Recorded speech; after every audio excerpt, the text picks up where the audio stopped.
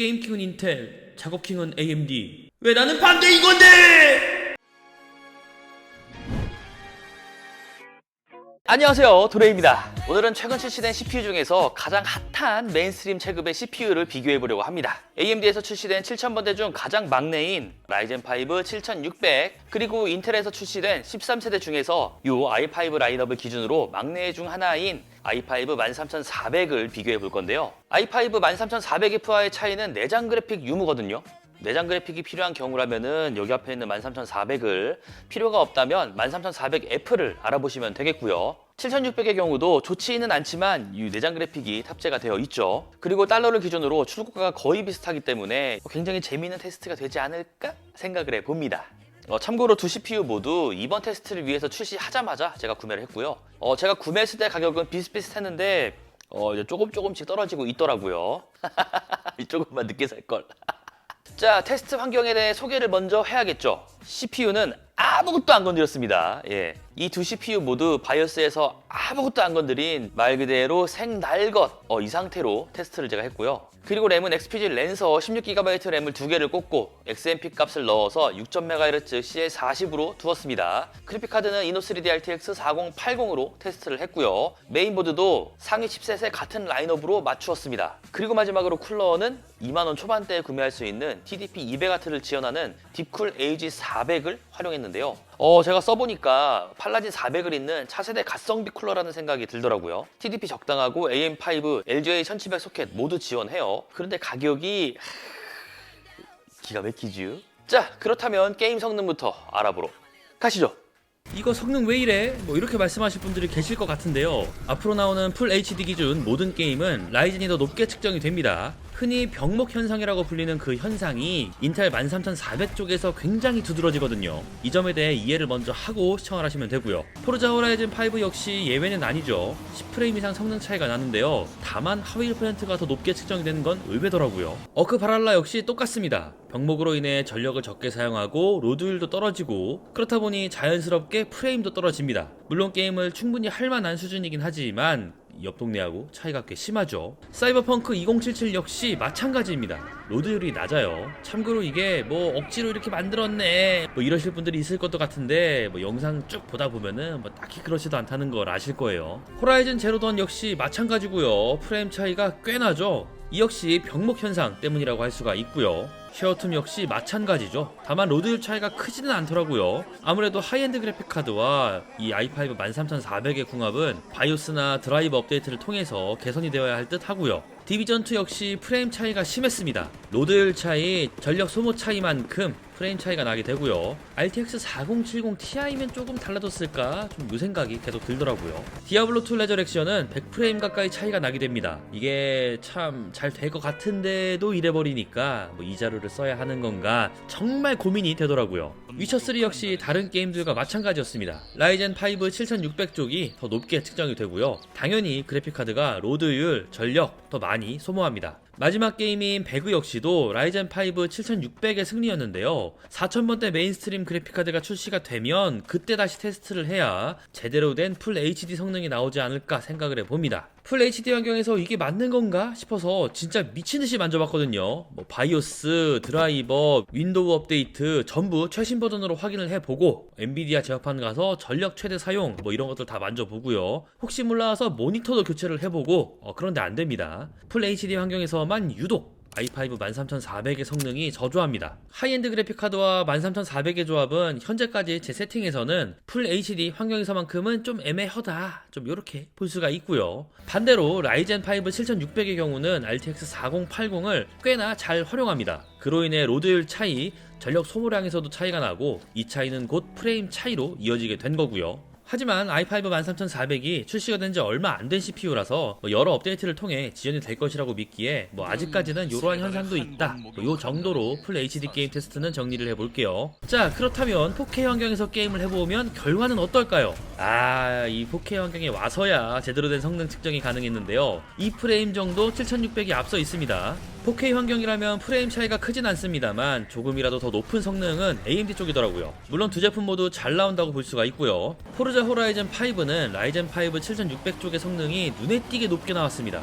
하위 1% 차이는 크진 않은데 평균 프레임이 4K 환경임에도 꽤 많이 차이가 나죠. 어크 바랄라의 경우는 인텔 i5 13400 쪽이 더 잘 나왔는데요. 요거 보니까 확실히 4K에서는 인텔, AMD 두 CPU 모두 제대로 된 성능을 내고 있구나 이 생각이 들었습니다. 제가 세팅한 게 문제가 있다면 요러한 결과는 안 나왔을 테니까요. 고성능 게임 중 하나라고 평가받는 사펑은 라이젠 5 7600 쪽이 더 높게 측정이 됩니다. 하위 1%도 챙기면서 평균 프레임까지 조금 더 높은 모습을 보여주네요. 5800X 3D와 7000번대를 기점으로 사펑에서도 AMD가 상당히 잘 나와주더라고요. 호재던 역시 7600이 더 높게 측정이 되었습니다. 하위 1% 평균 모두 5프레임 정도 차이가 나죠. 이 정도까지 차이가 날 거라고 예상하진 못했는데 라이젠 7600이 그만큼 선방했다고 보여지고요. 쉐어툼 역시 거의 차이가 없긴 하지만 그래도 7600 쪽이 조금 더 높게 측정이 되더라고요.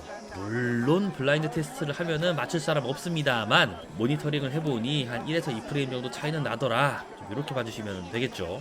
디비전2 역시 1프레임 정도의 차이를 보여줍니다. 쉐어툼처럼 역시 블라인드 테스트에서는 차이를 알 수가 없겠지만 모니터링을 통해 확인해보니 라이젠 쪽의 성능이 더 높게 나오더라. 이렇게 봐주시면 좋겠고요. 인텔 쪽 강세인 디아블로2 레저렉션의 경우는 13400보다는 7600의 성능이 조금 더 높게 측정이 되었습니다. 지금까지 바랄라를 제외하곤 전부 7600이 더 높은 성능을 보여줬는데 디아2 역시 크게 다르지 않았고요. 위쳐3의 경우는 평균 프레임은 동일하지만 하위 1%에서 라이젠 5 7600 쪽이 더 높은 성능을 보여주었습니다. 라이젠보다는 인텔 코어가 프레임의 출렁임이 조금 더 있다 이러한 뜻으로 풀이를 할 수가 있겠고요. 마지막은 배그죠. 배그 역시 4K 환경에서 라이젠 7600이 더 높은 성능을 보여주었습니다. 13400과 비교할 게 아니라 13500을 데리고 와야 인텔이 더 유리하지 않았을까? 이러한 생각이 들 만큼 13400의 성능은 아쉬움이 느껴졌고요. 풀 HD 환경에선 그래픽카드가 놀고 있었지만 4K로 와서는 제대로 성능이 측정이 되는 모습이죠. 4K 상도를 기준으로 둔다면 거의 대부분의 게임에서 13400보다는 7600이 우위에 있다고 볼 수가 있겠습니다. 네, 이렇게 게임을 먼저 확인을 해봤는데요. 그렇다면 3D 마크는 어땠을까요? 다이렉트X 11 기반에선 7600 쪽이 더 좋은 모습을 보여줍니다. 예전부터 라이젠이나 라데온이 파이어 스트라이크에서는 강세였죠. 하지만 다이렉트X 12 기반인 타임스파이에서 확인을 해보면 i5 13400이 더 좋은 모습을 보여줍니다. 거기에 CPU 성능이 제법 차이가 많이 나요. CPUG 역시도 인텔 쪽이 더 높은데요. 확실히 코어가 더 많은 만큼 이점이 이런 데서 보여지는 거죠. 멀티코어 차이가 확실히 나긴 하네요. 그리고 시네벤치 R23은 싱글코어 성능은 공정과 코어빨로 라이젠 5 7600이 멀티코어의 성능은 2코어가 4개 붙은 효과로 i5 13400이 더 높게 나왔는데요. 야, 참 이런 거 보면 기업들이 피 터지게 싸우면 그 이득은 우리가 본다, 이 말이 딱 떠오르더라고요. AMD 싱글코어 성능 미친듯이 올라간 거 하며 인텔 2코어 넣어서 멀티 환경 미친 거 하며 미들레인지 CPU가 이런 성능이 나올지 누가 예상이나 했겠습니까?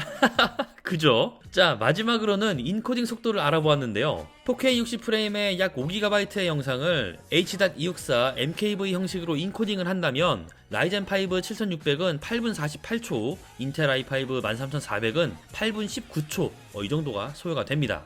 확실히 2코어까지 갖춘 인텔 쪽이 인코딩 작업에선 더 유리한 상황인 거죠. 게임에서는 인텔 i5 13400이 불리했지만 반대로 작업 환경이라면 더 유리한 모습을 많이 보였습니다. 특히 멀티코어를 제대로 쓰는 환경이라면 인텔 쪽이 마음에 들 거라고 생각을 해요. 그리고 마지막으로 전력과 온도에 대해서 알아보면 시드벤치를 약 5분 정도 돌리면서 측정을 해봤습니다. i5 13400은 최고 온도 47도에 전력은 77W 정도, 라이젠 7600은 최고 온도 67도에 전력은 90W 정도 소모하게 됩니다. 여기서는 확실히 인텔의 승리였는데요. 같은 쿨러를 사용했지만 느낌이 많이 다르죠. 전성비가 굉장히 좋아졌습니다. 거기에 온도까지 착한 모습이죠. 역시 경쟁이즈 개꿀입니다. 네, 이렇게 알아보았습니다. 뭐랄까요, 굉장히 아쉬운 비교였습니다. 3D 마크 문제 없습니다. 여러 작업 결과 역시 문제 없습니다. 온도, 전력 전부 문제 없습니다. 4K 게이밍 환경 문제 없죠. 다만 RTX 4080과 인텔 i5 13400의 궁합이 풀 HD 환경에서 게임을 플레이할 때 굉장히 좋지 않았습니다. 물론 제가 테스트한 환경의 문제일 수도 있지만 그렇다면 모든 결과가 낮아져야 하는데 그거는 또 아니란 말이죠. 그렇기 때문에 이러한 점을 감안해서 정리를 해보도록 하겠습니다.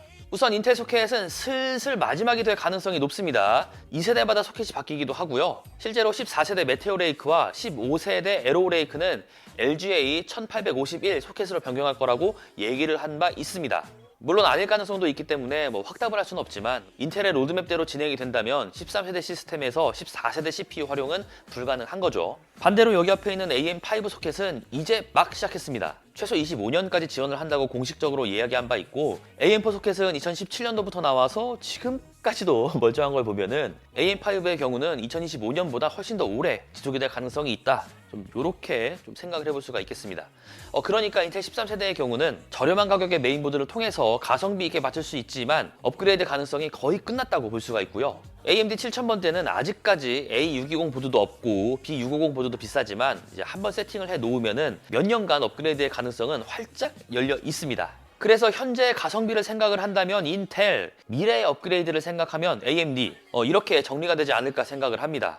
성능을 보자면은 같은 쿨러를 활용했을 때 i5 13400 쪽의 온도가 굉장히 착했습니다. 이거를 토대로 더 조용하고 더 온도가 낮고 낮은 전력을 소모하는 컴퓨터가 필요하다. 그리고 작업 위주로 활용을 할 계획이다. 그렇다면은 여기 앞에 있는 i5 13400 쪽으로 맞추면 되고요. 라이젠 5 7600의 경우는 13400보다는 온도가 높아서 쿨러 소음도 더 발생하고 전력 소모도 더 높습니다. 하지만 전체적인 게임에서 인텔 동급 CPU보다 병목 데이터를 소거를 하더라도 더 좋은 성능이 나왔기 때문에 게임 플레이 환경에서는 더 낫다고 보여집니다. 그리고 사실 라이젠 7600의 경우는 대체제가 없기는 해요. 7600X는 성능이 조금 더 나아지긴 하지만 그만큼 세팅을 더 해야 되고 가격이 한 4에서 5만 원 정도 차이가 나는데 아마 대부분은 7600을 선택해야 할 것 같고요. i5 13400은 제가 활용을 해보니까 조금 아쉬운 그런 느낌이 들었습니다.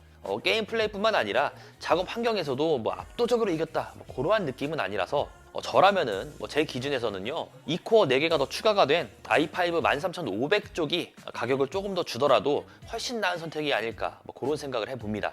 여러분은 어느 시스템을 사용하고 싶으신지 댓글 달아주시면 감사드리겠고요. 오늘 영상이 재밌었다면 구독과 좋아요 해주시고 재미없었다면 아무것도 하지 마시길 바라겠습니다.